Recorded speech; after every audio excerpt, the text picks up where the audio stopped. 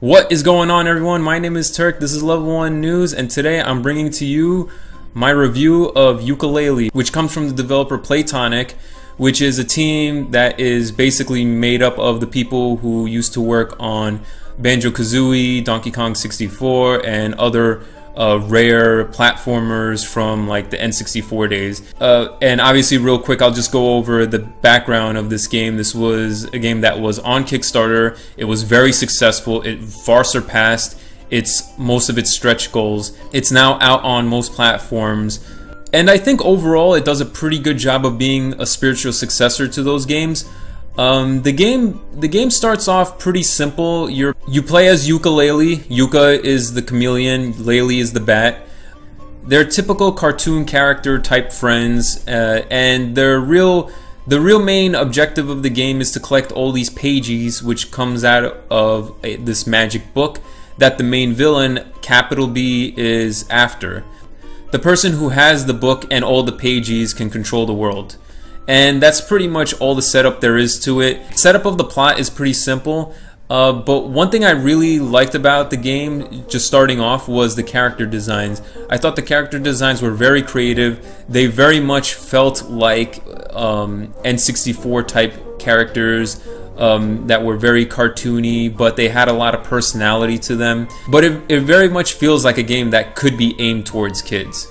So the main objective in Yooka Laylee is the pages. You collect the pages. They're essentially the stars from Mario 64 or the puzzles from Banjo-Kazooie. So what you have to do is just go through each of the levels, each of the semi open world levels, and collect all the pages that you can, so you can unlock the next world, so you can go and get more pages, and so on and so forth. The one thing that Yooka Laylee does do a little bit differently, though, is that it gives you the option to expand each world, so you're effectively doubling the size of each world. So there are 5 worlds in the game, but if you count the expansion of each world, I guess you can maybe think of it as 10 worlds. I wouldn't go that far, just because the theme doesn't change or anything like that, but the size of each level does change as the game progresses. And scattered throughout each level are a ton of collectibles. It's not just pages that you're looking for. The one good thing about Yooka Laylee, though, is that you don't have to collect every pagey to unlock the next level. Usually there'll be a number that you'll have to hit. So for example, if you want to unlock the second world, for example, you might need 5 pages. So you'll go into the first world, try to get as many pages as you want, and maybe after 3 pages you want to expand the world. Maybe you want to save up until you get 5 pages so you can unlock the second level. So there's a little bit of item management there, but it's not really that difficult. There's plenty of pages in each level, so you'll never be short of pages trying to unlock like the next level or anything like that. And each of the levels themselves are pretty interesting and varied. There's all sorts of different themes in the game. One theme I didn't particularly like was the casino theme, which kind of didn't really make sense. You have like a jungle theme, an ice theme, or whatever, and then you'll have this casino theme, which kind of I feel like doesn't fit, and it doesn't really make sense for this kind of game. But the other 4 levels are all really well designed. Playing through each of those levels, there's plenty to do in each of those levels.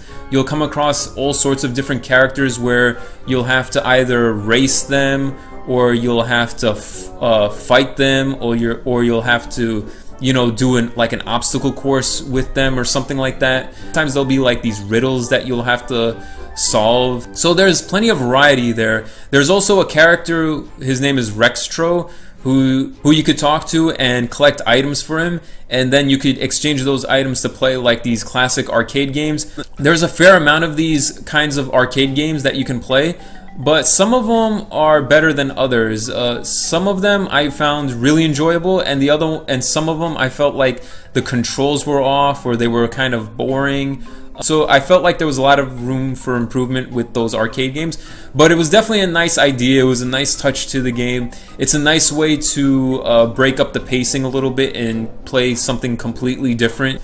Playing through each level though, sometimes you will get kind of lost, so I could see people being frustrated from that, especially if you're not sure where to go, and you'll find yourself kind of wandering around, trying to find a character to interact with, or trying to find out what you need to do next. I found myself kind of just walking around, not sure of what to do, or maybe like I'll go somewhere and I won't remember where I saw some character, so I'll have to like kind of wander around until I find them again. There is a little bit of issue when it comes to trying to find your way around each level, but it's not that bad. You won't get lost for too long. Eventually, if you walk around, you'll come around to like the same area you were before. One of the main negatives about Yooka Laylee is the camera, which is kind of comes with the territory when it comes to 3D platformers.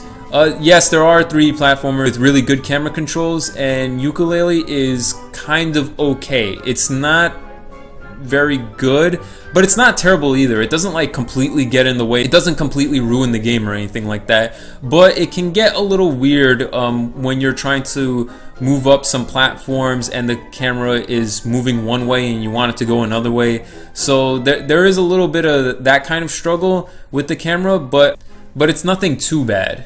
One major positive I thought about the game though is the music and the sound design. This sounds exactly like an N64 platformer type game should sound like. The music is really well done. Each track fits the level almost perfectly. But yeah, the music is really well done, and it'll take you back to the N64 era style of games and music. So I really enjoyed playing Yooka Laylee for the most part. I know a lot of people are kind of down on it, but I enjoyed it. The developers achieved their goal. They were trying to kind of recreate the glory days of the Rare platformer. Yes, the game doesn't really try to push the genre forward. All it does is tries to recreate what has already been done in the past. And the reason why it does this, and the reason why it even got so much attention in the first place, is because we don't really get these kinds of games that much. So they kind of get by on the nostalgia alone. But I do agree that it doesn't really try to do anything new. All it really does is try to recreate this old style of game that we don't really see much more of anymore. But that was their goal, and I think they did a good job. It's not the best kind of game. It's not an amazing game, but it's not a bad game either at all. I thoroughly enjoyed playing through it. Giving it a score, I would give it a 7 out of 10. I think there are some technical issues with the game that I wish that they would have fixed before shipping. But for the most part, it's a pretty quality game, and if you're at all interested in it, you're probably going to enjoy playing through it. So I would recommend anyone who is interested in this game, just go ahead and get it, because you probably will enjoy it. So that's my review of Yooka Laylee. If you enjoyed this video, like and subscribe, and thank you for watching Level 1 News.